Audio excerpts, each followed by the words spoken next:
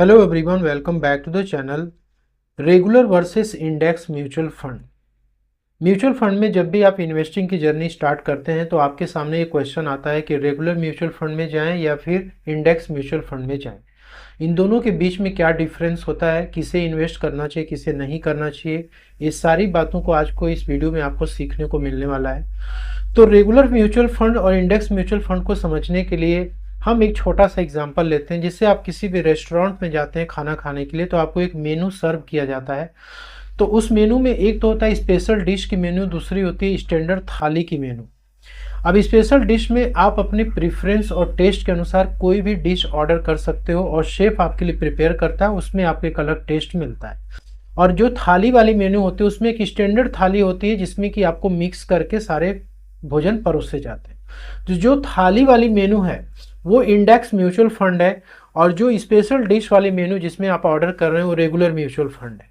तो देखिए, regular mutual fund को एक्टिवली मैनेज्ड म्यूचुअल फंड्स भी कहते हैं और इंडेक्स म्यूचुअल फंड्स को पैसिवली मैनेज म्यूचुअल फंड्स भी कहते हैं। अब एक्टिवली मैनेज म्यूचुअल फंड्स किसे कहते हैं?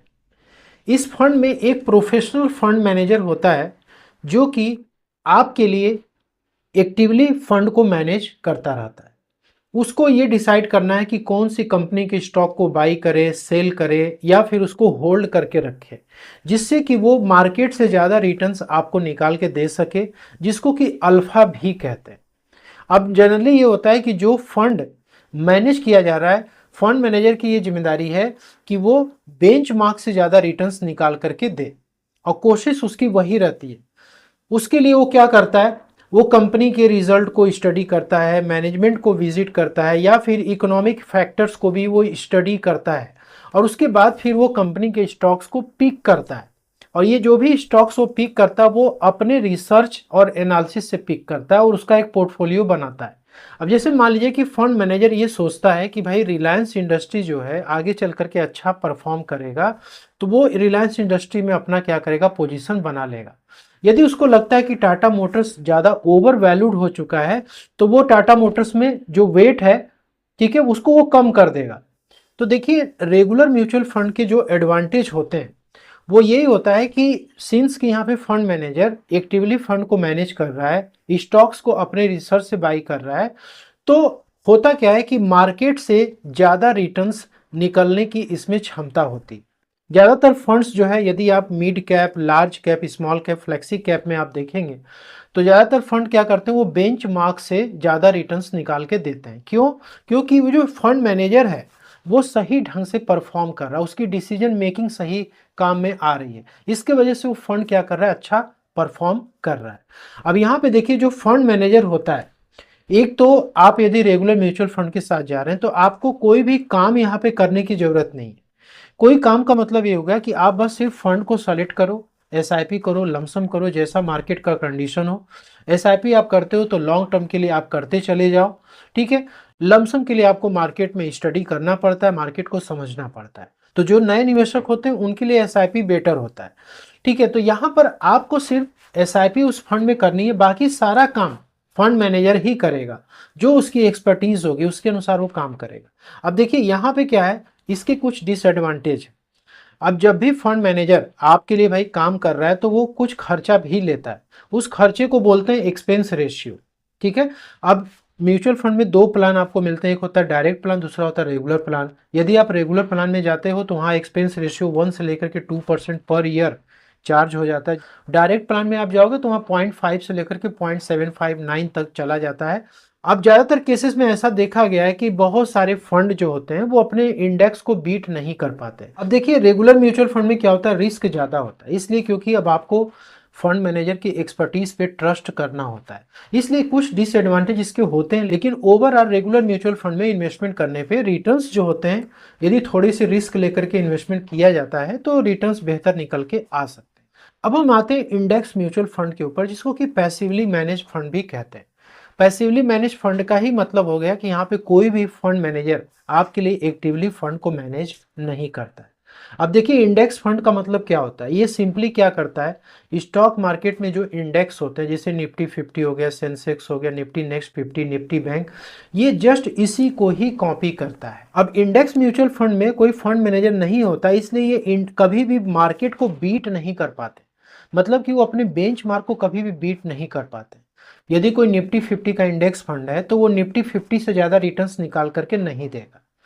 निफ्टी 50 10% दे रहा है तो वो फंड भी आपको 10% ही देगा, ऐसा नहीं कोई 11% या 12% देगा। अब ये किस तरीके से काम करते हैं, तो देखिए इनका जो भी एक्सपोजर होता है, जो वेटेज होता है, जितना निफ्टी 50 का होगा, जैसे निफ्टी 50 मान लीजिए रिलायंस 10% का वेट है, HDFC बैंक का 8% है, इन्फोसिस का 7% है, तो फंड मैनेजर क्या करेगा, उसी प्रपोर्शन में ही वो इंडेक्स फंड को क्या करेगा, डिजाइन कर देगा। अभी देखिए इसके एडवांटेज क्या होते हैं, एक तो यहाँ पे एक्सपेंस रेशियो बहुत ही कम होता है, ठीक है, 0.05 से लेकर के 0.30 तक के हो सकते हैं। एक तो होता है ये सिंपल होता है, ट्रांसपेरेंट होता है, कोई भी फंड मैनेजर का यहाँ पे बायस नहीं होता है। फंड मैनेजर को यदि लगता है कि भाई रिलायंस यदि अच्छे से काम नहीं करेगा, परफॉर्म नहीं करेगा, तो वो यहाँ पे कुछ कमी नहीं कर सकता है, ठीक है, वेटेज को घटा नहीं सकता है। तो हिस्टोरिकली ऐसा देखा गया है कि इंडेक्स म्यूचुअल फंड में लो कॉस्ट होने की वजह से लॉन्ग टर्म में ये काफ़ी सारे एक्टिवली मैनेज म्यूचुअल फंड्स को बीट कर जाते हैं, रिटर्न्स उससे ज़्यादा दे देते हैं। और लॉन्ग टर्म वेल्थ क्रिएशन के लिए इंडेक्स म्यूचुअल फंड्स बेटर हो सकते हैं। अब यहाँ पे देखिए इसके कुछ डिसएडवांटेज ये होते हैं कि आपको कभी भी इंडेक्स से ज़्यादा रिटर्न्स इसमें नहीं मिलता है। इसका ट्रैकिंग एरर्स भी इसमें हो सकती है। ट्रैकिंग एरर्स का मतलब होता है टोटली ये सॉफ्टवेयर बेस्ड होता है, एल्गोरिथम से चलता है, ठीक है, यहाँ पे फंड मैनेजर एक्टिवली कोई काम नहीं करते हैं।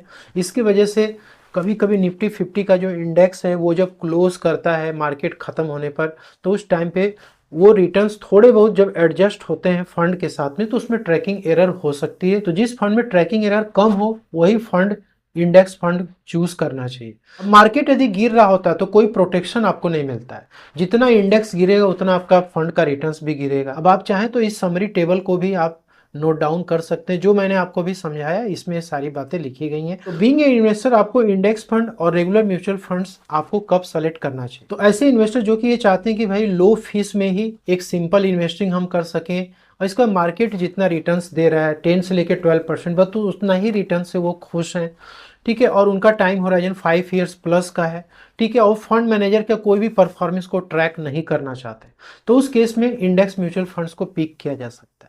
अब ज़्यादातर केसेस में ऐसा देखा गया कि जो ग्लोबल एक्सपर्ट हैं वो ज़्यादातर 90% इन्वेस्टर्स जो नए हैं उनको वो इंडेक्स फंड में ही इन्वेस्टमेंट करने की सलाह देते हैं, ठीक है। अब यहाँ पे देखिए जो एक्टिवली मैनेज फंड्स हैं, अब इसमें ये कि आपको लगता है कि फंड मैनेजर मार्केट को बीट कर सकता है, या फिर आप जो हाई फीस देने के लिए तैयार हो, आपको ज़्यादा रिस्क लेकर के ज़्यादा रिटर्न यदि चाहिए, तो आप फिर उस केस में mid cap, small cap, sectoral funds, even जो नए इन्वेस्टर हैं उनको सेक्टोरल फंड से दूर रहना चाहिए, या फिर लार्ज कैप में आप इन्वेस्टमेंट की प्लानिंग आप कर सकते हैं, ठीक है। तो ओवरऑल यही है कि आप एक नए इन्वेस्टर हैं तो उस केस में आपको बहुत ज़्यादा समय फंड को रिसर्च करने में नहीं व्यतीत करना चाहिए।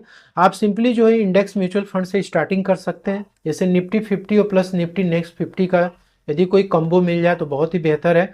और इसके बाद कुछ एक्टिव फंड आप रख सकते हैं जिससे कि आप थोड़ा सा रिस्क लेकर के बेहतर रिवॉर्ड आप कमा सकें, लेकिन यहाँ पे टाइम लिमिट आपको 5 ईयर्स प्लस का रखना पड़ता है जिससे कि आपको बेहतर रिटर्न्स मिल सके। तो होप कि आपको दोनों का डिफरेंस समझ में आ गया होगा। वीडियो अच्छी लगी तो लाइक शेयर जरूर करें। Thank you so much.